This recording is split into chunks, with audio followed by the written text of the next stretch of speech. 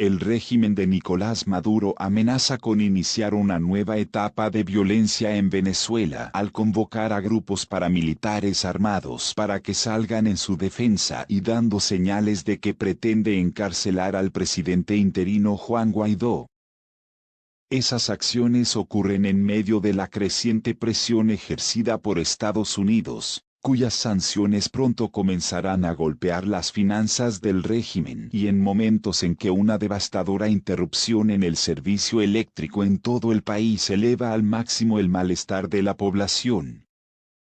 Acorralado por Guaidó, la comunidad internacional y ahora por la desesperación de la población en las calles, Maduro está usando la única tecla que le queda para tratar de mantener el control, incrementar el miedo de la población, dijeron expertos.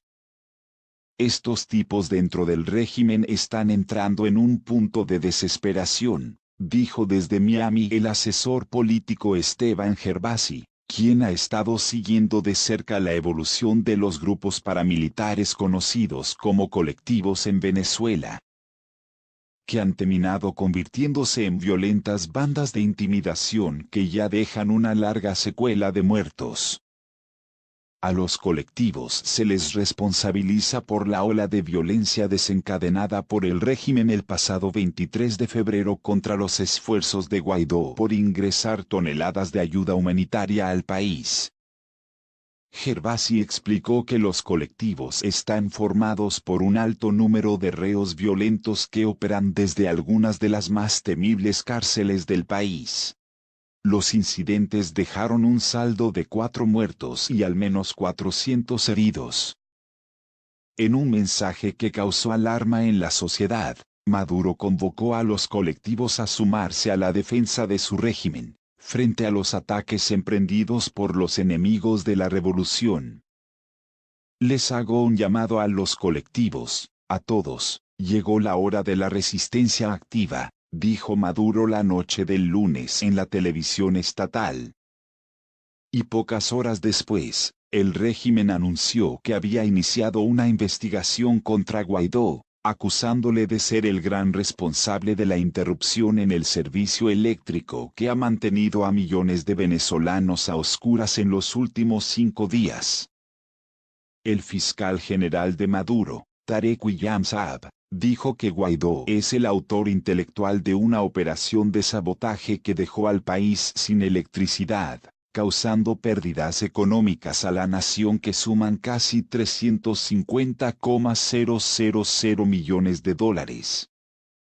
La justicia chavista tiene muy poca credibilidad en Venezuela, donde las cortes por años han sido utilizadas por el régimen bolivariano como instrumento de persecución política.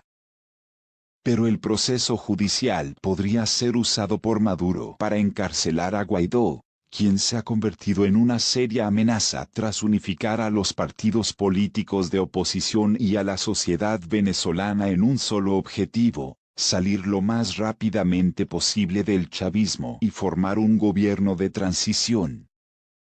Hasta ahora el régimen de Maduro se había abstenido de encarcelar a Guaidó por temores de que tal medida propicie una intervención militar extranjera en el país, dijo desde Londres Diego Moya Ocampos, consultor de riesgo político en IHS Markit. Ellos saben que existe una amenaza creíble del uso de la fuerza si es que arrestan a Guaidó, si es que cierran la Asamblea Nacional, y si es que siguen reprimiendo con fuerza letal, dijo Moya Ocampos. La velocidad con que el régimen está perdiendo terreno en Venezuela, sin embargo, parece estar llevando a Maduro al punto de estar dispuesto a asumir ese tipo de riesgos. El mensaje del lunes sonó urgente y el llamado fue emitido como si el régimen estuviese en el umbral del colapso. Gervasi dijo que los colectivos constituyen hoy una de las mayores amenazas para los esfuerzos de rescatar la democracia en Venezuela, por tratarse de grupos independientes que controlan las operaciones delictivas de ventas de drogas. Están fuertemente armados, dijo Gervasi, y en muchos casos poseen grandes arsenales que están protegidos dentro de los grandes centros de reclusión del país, extorsión y secuestro del país con integrantes que suman decenas de miles. Moya Ocampos agregó que estas agrupaciones en el pasado han operado como matones al servicio del régimen. Hasta ahora están acostumbrados a confrontar a una población civil desarmada como si se tratara de enemigos combatientes, dijo Moya Ocampos. Lo cierto es que son pandillas de matones dispuestos a disparar contra la población, agregó.